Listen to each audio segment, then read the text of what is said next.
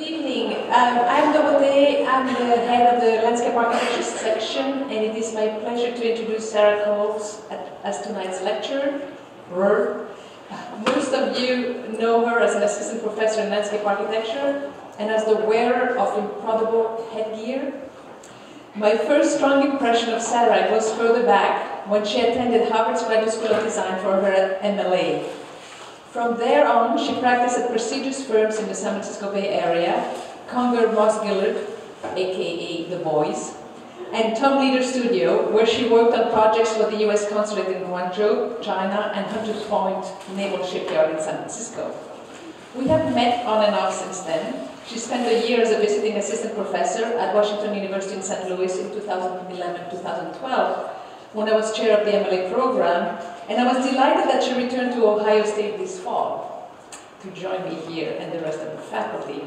This delight is not only due to my being familiar with Sarah's talents, whether in design or fashion provocation, but also to the fact that her investigations rely on bridging design and art.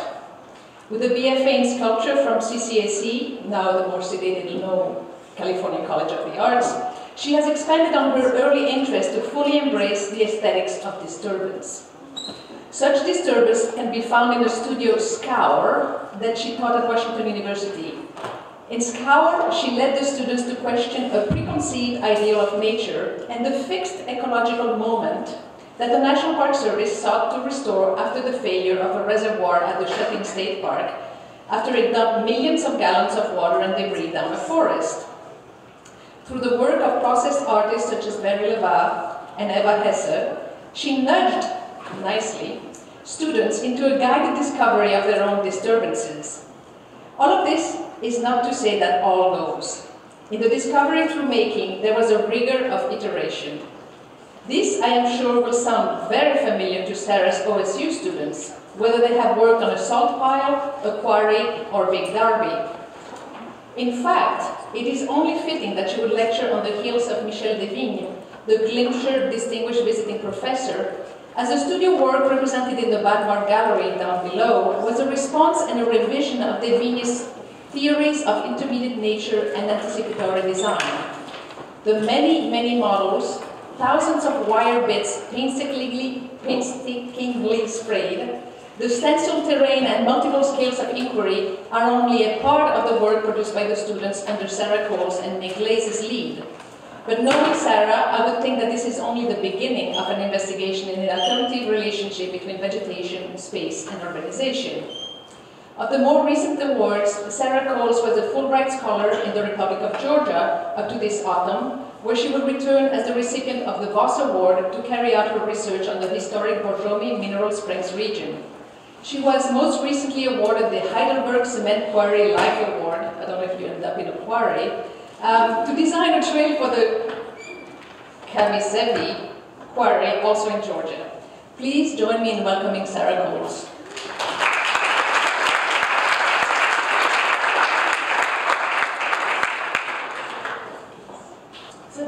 This talk tonight is about a project that came about during my Fulbright year in the Republic of Georgia, which was a very exciting year. I had a lot of very specific plans, and none of them bore any fruit. So this is also about sort of responding to the own disturbances in your life. And the title Site Gags has come about just the idea that especially in landscape photography, there's sort of a canon of imagery that's about the joke in landscape. Sometimes it's an anachronism, so, the camel with the new development, or toxic sites in the foreground of a picturesque background. So I'm going to talk a bit about the site gags that occurred also during my time as a Fulbright. You want to get that? Site gags on making a county, transportation, landscape interpretation, and the necessity for folk heroes. So the geography lesson for today here is, this is Georgia. Sochi is up here, the Black Sea. Georgia located at this isthmus between the Caspian and the Black Sea, and it's been a a trade road, a great condenser, mixer of cultures, Christian and Islamic, European and Asian. But also high biodiversity area, high mountains, tropic zones, deserts. So my my first assignment was as an instructor at the Tbilisi State Academy of the Arts, which was an historic Soviet art academy, fallen on pretty hard times. This is a sketch of the elevator panel in the art building, which has sort of been rewritten with the correct numbers. It's also a non-integer elevator, so it goes to sort of half floors. And architecture, as you know, is on 10. In any event, when I got there, nobody knew I was coming. So it was a bit of a shock. And rather than kind of fight this small obstacle in the road, I decided to call my friend Knowlton School, who is currently the director of the Center for Contemporary Art at Tbilisi, and I said, what should I do? And he said, sorry, don't worry. We'll do something else. Just calm down, come here. So I left the Academy of the Arts with a handful of students, and basically we took on the idea of establishing an arts and landscape temporary academy for an exhibition that Watto was putting on in the fall called Offside Effect, which was a critique of the kind of corporatization of art education and the Bologna process in Europe, so the idea of the standardization of the art education. So I was with this illustrious group of other practitioners, and I used my Fulbright money to start this sort of field academy. And the things we needed were some people. We needed a fixer, a guy who could get things done. We needed a site. We needed transportation, a residence, and some folk heroes, which came about later. And so one of the artists participating in Offside Effect is Stefan Dilmuth, and I used this is my sort of well-worn copy of the artist as a researcher. I had a small books budget when I was there. Yes, tell what we So the Academy's proposal is that it's self-organized, temporary. It's not an institution, but it's a form of communication. It's actually an activity. The making of the Academy is a collaborative activity. And there's a reciprocity of teaching and learning, and also a process of empowerment. So that's why you'll see that I try to refer to those that were in this rural academy as participants and not students. And it's something I always try to keep in my syllabi here as well, that when you're a studio participant, you're not a student, which sort of hopefully breaks down some of those dynamics, even though I do tell you what to do sometimes. So we were looking for a site in Georgia, driving around, investigating. We wanted somewhere that had interesting topography, geology, ecology, social issues, labor issues, a whole mix, kind of all coming down to one place. It came down to Chiatura and Ebuli, which is just over the pass. But Chiatura had something really interesting about it, which is that it's crisscrossed by these cableways, which are used for both transportation of ore and for public transportation. And that's the sign there for Chiatura. It says, Chiatura, my pride. It's like a Hollywood sign. So as you drive from Tbilisi, it's about 2 hours. You climb over a pass.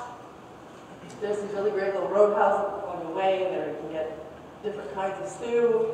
And as you climb up into Imereti, you see the mountains of Racha, and you see Ossetia, South Ossetia. Looking north, and there's a poem by Akaki Tsereteli about the turquoise sky and the emerald earth, my homeland alongside. So these are the first signs in the landscape. So this is a landscape interpretation school, and we're starting with signs. But then we get to Chiatura, that's all about what the mineral or manganese. And this is a sign that's sort of in honor of a labor union of miners in Chiatura. They were currently on strike. They've been on strike for about 110 years. So this is Chiatura. This sign, you'll know, this one's in Georgian and Russian. The second one, the sketch, somebody took all the Russian letters off of this one. And it's a 1-inch plate of Corten steel on a concrete foundation. This is, you know, this is your answer to the short North Arch. This is big stuff. And most cities in Georgia have this great kind of a monument coming into each region. And then at the bottom, you'll see a number 5, and that is a symbol for the United National Movement Party, which was in an election at that point with the Georgia Dream Party. So number 5 you can kind of see everywhere as another sign of the landscape. So the next thing we needed was transportation. There's a few ways to get around in Georgia. You can take taxis. You can take these minibuses called marshrutas. They're a little bit dangerous, I guess. This is the only way to put it. They're also very crowded, but they're really inexpensive. And to get from the center city, from Tbilisi to Chiatura, it's only about 6 or 7 lari, so like $4 or $5. And you have to go to this place called Didube, and you have to be able to read Georgian, and you have to like negotiate with the guy and get in the bus with all the chickens. The second is was to maybe just buy a jiggly. And at the time I was studying Georgian, and I was starting to learn how to make some jokes. So this was like my first pun that I made, and we made a t-shirt out of this, and it translates Zhiguli, and Zhi is for the Russian word for Zhiguli, and Guli is Georgian for heart. So this is, I love the Zhiguli. So we all made those t-shirts. But that was not going to be sufficient for the number of students we had in the terrain that we were thinking about traversing. So I bought a Land Cruiser diesel 4.0 turbo, which had come from Japan and had been outfitted for someone from the UN. This is the nice thing about going to these countries is these kinds of SUVs get left behind, and you get to pick them up for a fair price. And since it's the Fulbright, they give you the money, no questions asked. So you have this check, and you can just go buy a car if you need to. You don't have to give anybody any receipts. It's great. So, at the time, my friend Ricardo Ricci was in Tbilisi doing a workshop. He's a graffiti artist from Los Angeles, and so he also did a custom paint job on this Land Cruiser.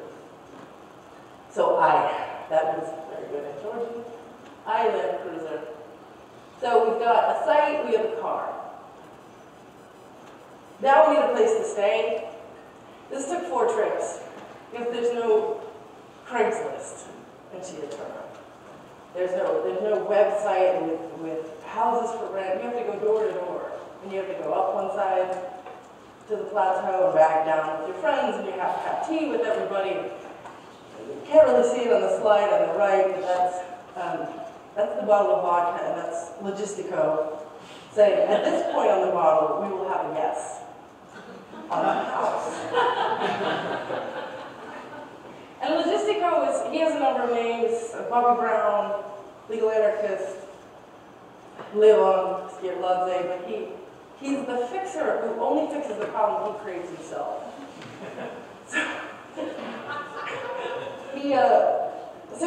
This house, we finally got to yes on a house, and then she said, well, you know there's no water. Maybe the mayor will bring a truck. So they've had all these problems with water, and basically this is our criteria. Running water, hot water, maybe an hour a day would be good. Normal toilet, like flush toilet. Most of the houses in Chiatura have just a pit toilet outside. We need a room for 15 people, someone to cook, and some kind of an outdoor gathering space. So, yeah, 4 trips, including one where we thought we had a house, and then the guy said, well, I have to move the tree out of the stairway. And he was this old man who could barely walk. And we're like, I don't know, we're going to keep walking. So finally we get a house, and this is our first day. And basically it's about 3 or 4 rooms, single beds, not so clean, but good enough. This is our group that we commandeered from both the Art Academy in Tbilisi, as well as the Center for Contemporary Arts informal MFA program. So it was a good mix of architects, one landscape architect, a couple photographers. And so this is the kind of scene there. Lots of paint, lots of drawing, lots of sketching. But the first day, let's see, actually let me go back. So this is Mako's desk, and she's pretty relentless in the making. Talk about her more later. So folk heroes. As I mentioned, I've been learning Georgian, and I've been learning about the history and the culture. People very much there are tied into their folk history and their folk heroes. And so Levan Logistico and I were also developing some new folk heroes in the process. One of the older folk heroes, you might know this man by his other name, Joseph Stalin. He came up because in researching Chiatura, I learned that he was pretty busy there in 1906, back when he looks like this. And I just want to read briefly from Simon Sigurd Montfori's Young Stalin book. When Stalin was in Kutaisi, the miners in nearby Chiatura appealed to him. This mountain mining town was the only real Bolshevik stronghold in Georgia. With every intention of holding it, he now began to spend much of his time there. Astride snow-peaked mountains with precipitous cliffs and low clouds, Chiatura was growing fast. Russia's biggest manganese mine supplied around 60% of the world's production. Dominated by a lunar landscape of war heaps, its 3,700 black-skinned workers toiled up to 18-hour days in choking dust for paltry salaries. Lacking baths or even housing, we had something in common. Miners slept down in the mines. Animals, wrote Kote Tsinsanadze, a gunman with Stalin's future bank robbery Supremo, lived better than Chiatura workers. So there's some good stories about Stalin, like taking a mule from a priest and riding up and over the pass and stealing the money from the train and bringing the salaries to workers and all kinds of things. And here's another set of anarchists from this time. This is a group, the Legal Anarchist Group, and they published a paper. They were sort of anti-Bolshevik. So we came up with these two characters. Well, one is Tano and the other is Levan, and this is legal anarchist, and of course, the other guy telling you to ignore anarchist orders. Another famous Georgian folk hero is a kind of Robin Hood. His name is Data Tutashkia, and he rides around in the mountains, steals from the rich and gives to the poor.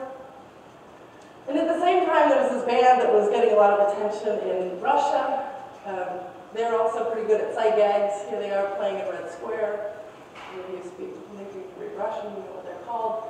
So we combined them, Data Tutashia, with Pussy Riot and Sofiko Chiaruli's character from the Chevsor ballad, and we have now Madam Anarchist. So this is all some of the kind of warm-up to actually getting down to business in Chiatura. At the same time, another folk hero was being manufactured by his father, Yitzhak Ivanishvili. This is his son, Vera, who is an albino R&B singer, who was kind of the leader of youth, politicizing youth for the Kartuli Otsvili Party, which was in opposition to the Saakashvili Party upcoming to the election. So Vera was giving concerts in Chiatura with a big sound system driving around. So this is Vera. You can see his videos on YouTube. They're pretty natural. Anyway, back to Chiatura. This is just a simple terrain map. You can see how steep the gorge is in the Quirilla River. And there's a specific strata where they are mining manganese, which is up here, up high. So they go in these tunnels, dig out the mine, dig out the ore, and then dump it into these cable cars and bring it across the valley to the processing plant. That's what it looks like. This sort of lunar landscape is still there. All of processing facilities are at the bottom of the river, and that river is heavily sedimented with all the runoff. And there's just black dust everywhere. This is the next day in Chiatura. It's also a world-class climbing area for those of you alpinists. And so this is an image of Mako and Tourniquet taking photos from above. We've just taken a small cableway to get up there, and that's looking south.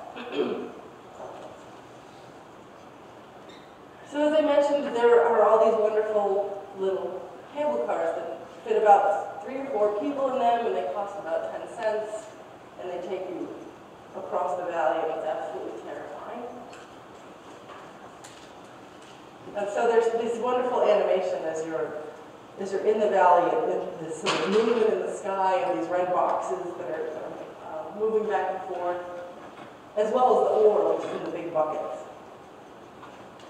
So we're really interested in how this kind of creates a sort of stratified urbanism and way of getting around. You can also take a marshrutka on these roads that were built by German POWs that are old cobblestone roads to get to the upper levels of the settlements and mines. And there's a lot of wonderful Soviet modern terminals. This one is kind of in the center of the city, and this one is no longer in service, so it's just sort of suspended there like sneakers in the front of a telephone. Sorry, some of these images are a little blown out by the projector. So here's the sort of map. Downtown Chiatura. This is the city hall. The Gembelli is down here. He never did get us the water that we asked for. These move up into these other kind of micro-rayons that are up here. There's a historic sanitarium and a communist workers' hall that's up here, and then another series of high-rises up on the plateau. And then others that go from the bottom up to the higher plateau villages, Iktwisi. And you can see right down here, this is one of the mines. So again, all this is just running off into the river. And you can see the nice color. So there's some environmental issues, obviously. This other one just crosses straight across elevation. And from here you can hike down. One day we found a couple of guys who lived in the village, and they showed us a cave. We were going to the cave that had some archaeological ruins in it. That was one of the days that we did not find housing. Wow. And these are probably the two most iconic sabagiros or cableways. 25, which goes up to a development up in the southern side, and then Shvidova, which is also called Peace, which is, I think, the steepest cableway in all of the Soviet zone. So one of the first days, I just gave each student a color, and they were then assigned to travel by sabagiro, by cable car, and then walk back down, and just take a sketchbook and record and spend the whole day. And some of them were really freaked out. There were two sisters, Tamar and Anna Chardonnelli, and my whole goal was to get them as far away from each other as possible. So I sent them to two different sides of the river, but they found each other immediately.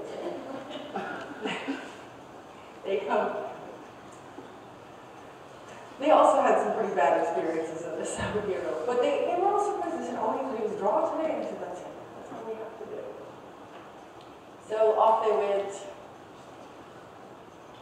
There's also a number of these wonderful pedestrian ways that you can walk down, and in the Soviet system, all the gas lines are above ground.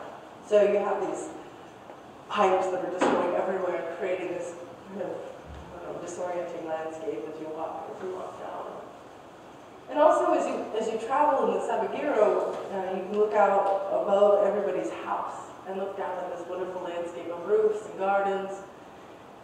It's not very private, but some great textures. So we did a series of films where we just stuck the iPad out and did a land scan as the cable car went across the gorge. So this is the sort of derive that Nona Davataya did. It's kind of assembling sketches. And the idea of this is that as a group, we would collectively learn about what was cool about Chiatura, what was interesting or strange or wild. And so from that first trip, then we sort of went along each person's path, and they showed us what was interesting. And it sort of began to have some sort of self-organization to it. So about midway through, there was a bit of a crisis in Georgian politics, something we sort of call political technology. It was about 2 weeks before the election when Saakashvili's party was sort of leading in the majority, and he was being challenged by an oligarch billionaire named Bidzina Ivanishvili. The two did not get along in any stretch, and Saakashvili's party had been in power for a number of years. It was time for a change, but they were getting a bit nervous. And what Ivanishvili had in his back pocket was a series of videos of torture in the prisons in Georgia, and he had been sitting on them for a number of months, and everybody in Georgia knew that this was going on, but nobody would talk about it. So these videos were then released 2 weeks before the election to create such a controversy that the Saakashvili party would have no chance to recover. And in Georgia, just about everybody has a relative, a friend, or a family member in prison because they're trying to be like America, I guess, increase the numbers of incarcerated people. So when this video was released, all hell broke loose. We all got back in the car. We went back to Tbilisi as Madam Anarchist and friends, and we drove back, enjoying the protests that went all through the city, and ending up, which eventually ended up at the president's mansion. And Barrett showed up with the sound system, of course. The albino R&B star. And so here they are, they're standing on a structure that will eventually be kind of an intake center for the Ortichala prison, which is actually now been shut down. So there had been a big push to modernization in the prisons, which basically meant creating these visitor centers that looked very good to the outside inspectors, but the rest of the system was still pretty terrible. In this image, it's a little hard to see, but this is another kind of sight gag.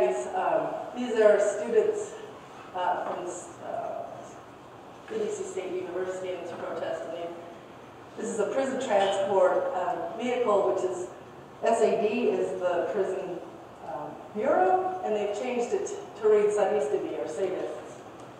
A bit of a term here. So after all this kind of calms down and everybody finds out their relatives are okay and their Chanelli sisters are back together again, we then developed a next sort of a visual pun here. We created Kachkachizotneva. So this is Georgian Dream, which is the new party that came to power.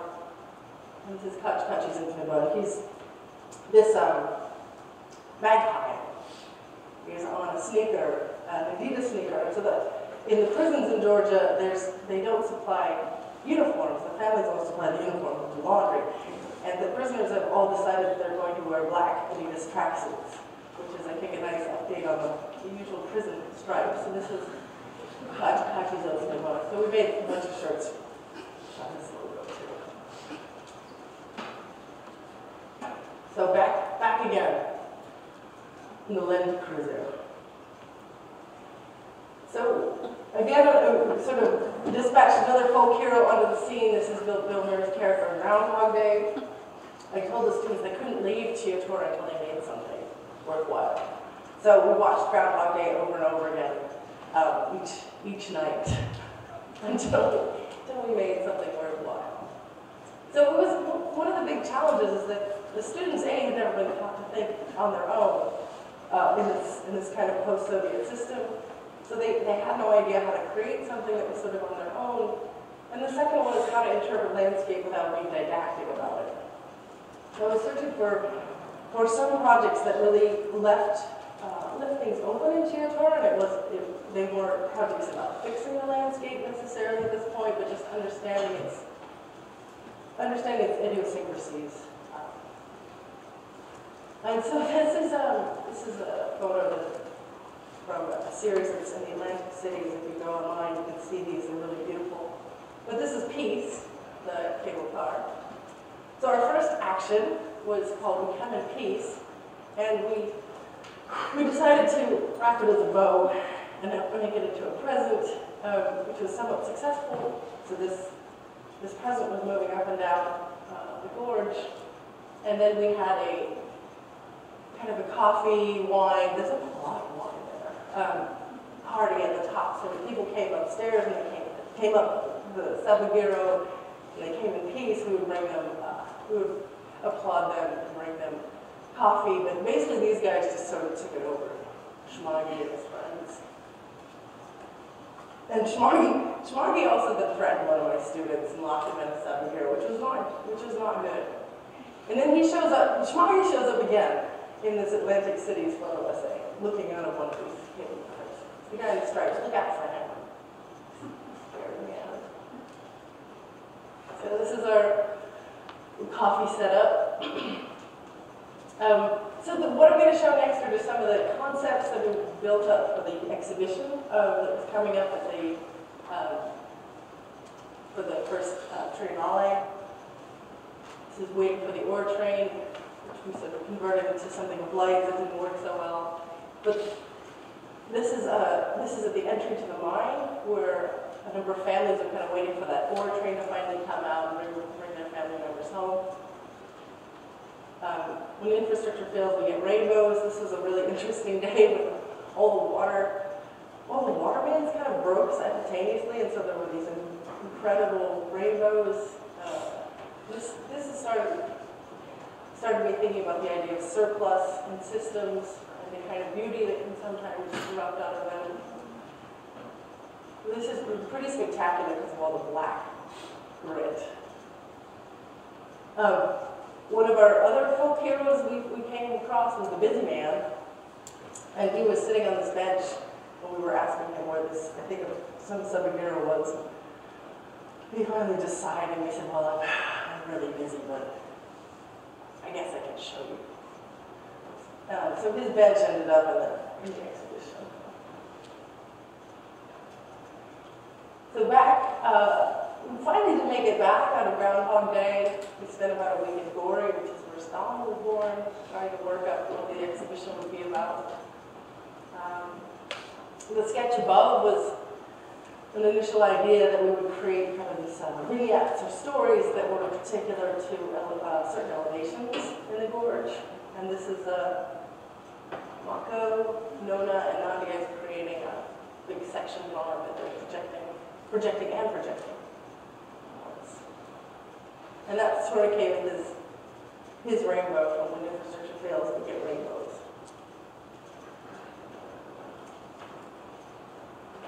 So after that exhibition, we had a big cooling off period, and then we were invited to submit some work for the Ground Up, which is a journal out of Berkeley, and their issue was on brick. We thought we were particularly trained in that subject. So I had two friends come from America, Margaret Graham and Eric Forrest, a landscape architect and artist who went back to Chiatura with this group, Tornike, Nadia, Nona. And so the second phase was more about getting at the kind of more visceral textures and visuals of the Chiatura era. And again, it's before we start thinking about design in any way. So back again, this image never looks any good when it's projected, but this is a graphite drawing I did of the overhead view of a Chiatura fabric. These are some collages by Nona Zapataya. Sections.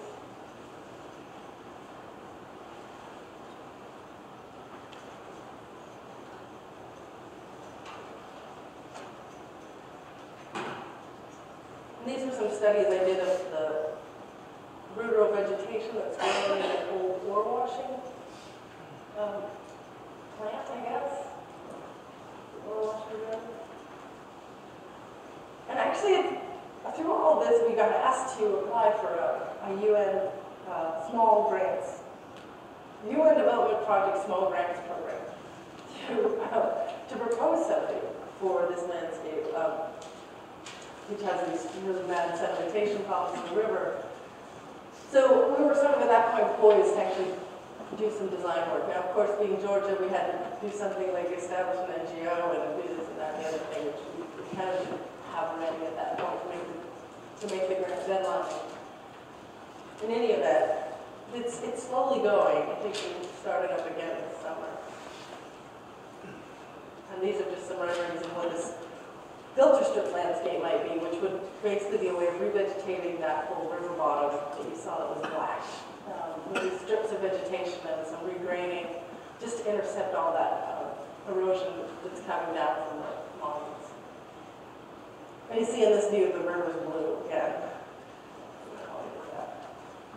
And just also real stupid, simple stuff about using the existing structures, of course, as gardens.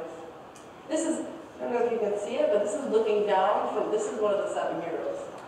So something that's pretty wonderful about this landscape that you don't always get is that you could travel these Sabagiros and you would be able to see these kinds of patterns as we design them, either from directly above or kind of from a bird's eye, a true bird's eye traveling. So, just sort of in conclusion, I was thinking if all my seniors showed up, and some of them did, that I would coach this as a commencement speech. But, and since there's only half of you here, I just wanted to kind of close with the idea that this elevator button panel, this has sort of been this meme for me, that the guy who's going to fix that, he doesn't fix elevators anymore. Like, he sells cars in Mustavi or something like that. It's never going to get fixed. You can write. You just got to write your numbers on it. Right? When they say no, just fix it with toss it out. And this is also, in a way, like how Georgians have adapted to what's been left over by the Soviet system. There's sort of ways that they cross things out, rewrite it, and make it work. So that would be my only advice, and then either that or take the stairs. So, thank you so much.